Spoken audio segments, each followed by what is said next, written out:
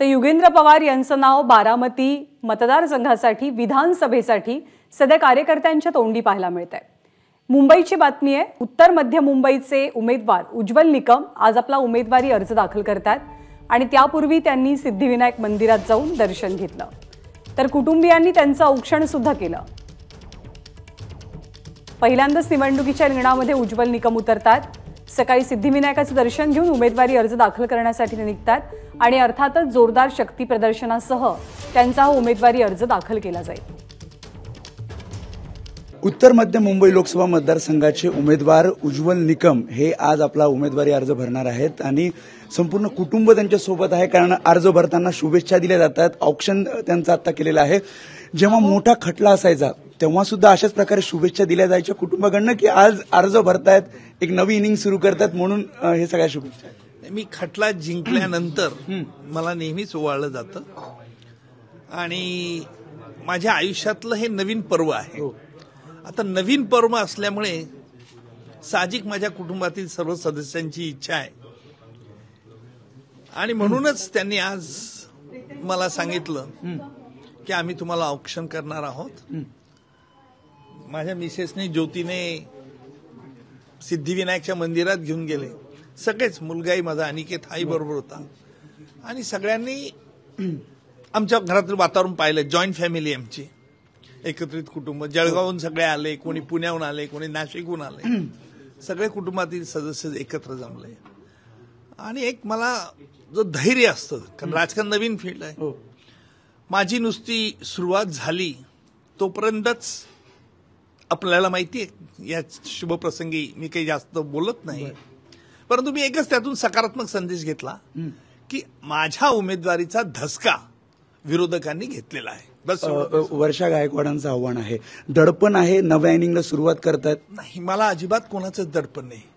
मी माझ्या पूर्वीच्या ह्याच्यामध्ये देखील जो मी रोल करत होतो, अनेक मोठमोठे गुन्हेगारांशी लढलो आहे, त्याच्यामुळे मला राजकारण्यांशी लढायचं नाही। राजकारणात गुन्हेगार नसतात कधी, राजकारणात विचारांची लढाई असते।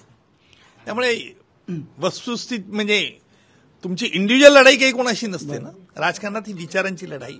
माझी पार्टी चांगली का, मोदी सरकार चांगलं का, फिर एक बार मोदी सरकार, फिर एक बार मोदी सरकार। आपल्यासोबत अनिकेत निकम आहेत, सगळ्यांच्या परिचयाचा चेहरा आहे। बाबांचं आतापर्यंत मार्गदर्शन तुम्ही कायदेविषयक घेत होतात, आता एक नवीन इनिंग बाबा सुरू करताय। वडिलांनी गेले 45 वर्ष कोर्टात ज्या पद्धतीने वकिलेच्या माध्यमातून जनतेला न्याय मिळवून देण्याचा प्रयत्न केला आणि आता ते बोललेच की आता त्यांचा नवीन पर्व सुरू होत आहे। आता कोर्टातनं जनतेच्या न्यायालयात जनतेची वकिली ते संसदेत करतील याची आम्हाला खात्री आहे आणि संपूर्ण कुटुंब त्यांच्या पाठीशी ठामपणे उभा आहे। पत्नी त्यांच्या आहेत, काय शुभेच्छा दिल्यात? ते म्हणतात की सिद्धिविनायक मंदिरात आधी घेऊन गेलात। सिद्धिविनायका चरणी आम्ही नतमस्तक झालो। खूप आनंद झाला आहे की साहेबांनी राजकीय क्षेत्रात प्रवेश केला आहे। आजपर्यंत त्यांनी न्याय क्षेत्रामध्ये जे सर्वांना न्याय मिळवून दिलाय त्याचीच वाटचाल ते पुढे सुरू ठेवून राजकीय क्षेत्रामध्ये सर्वांना न्याय मिळवून देतील ह्याची मी हमी देते। कन्या सुद्धा आहेत, तुम्ही काय बाबांना बेस्ट लक देताना काय नेमकं काय शुभेच्छा? बाबा नेहमीच सुरुवातीपासून गुन्हेगारांच्या विरुद्ध लढत आले आहेत आणि पूर्वी हे लीगल माध्यमातून लढत होते। आता माध्यम बदलणार पण हेतू आणि मुद्दा तोच राहणार। ते कायम गुन्हेगारांची किंवा त्यांच्या विचारांची लढत राहणार आणि ते एक सच्चे देशभक्त आहे। ते पूर्वी पण दाखवायचे आणि आताही ते या माध्यमातून तेच दाखवणार आहे, खरे देशभक्त। सुनबाई सुद्धा आहेत, सासरे नव्या रोलमध्ये। सासरे मी एवढंच म्हणेल की आजपर्यंत सासऱ्यांनी सर्वांना न्याय दिला, अन्याय कोणावरती होऊ दिला नाही, त्या माध्यमातून समाजकार्य केलं। आता देशकार्य राजकारणाच्या माध्यमातून होणार आणि डेफिनेटली मी आशा करते की सर्वजणांच्या आशीर्वादाने आपली वाटचाली यशस्वी होणार आहे। त्यामुळे खरं तर सगळ्या कुटुंबाला शुभेच्छा। त्यामुळे आपण बघतोय की उज्ज्वल निकम हे आपला उमेदवारी अर्ज भरणार आहेत आणि संपूर्ण कुटुंब हे त्यांच्यासोबत रॅलीमध्ये सहभागी होणार आहे। मोठं शक्ती प्रदर्शन सुद्धा केलं जाणार आहे आणि त्याआधी आपण बघतोय त्यांच्या घरी कशा प्रकारे ही तयारी केली जाते। कॅमेरामॅन अजित शिवतरकर सह मी वेदांत रे, एबीपी माझा, मुंबई। एबीपी माझा, उघडा डोळे बघा नीट।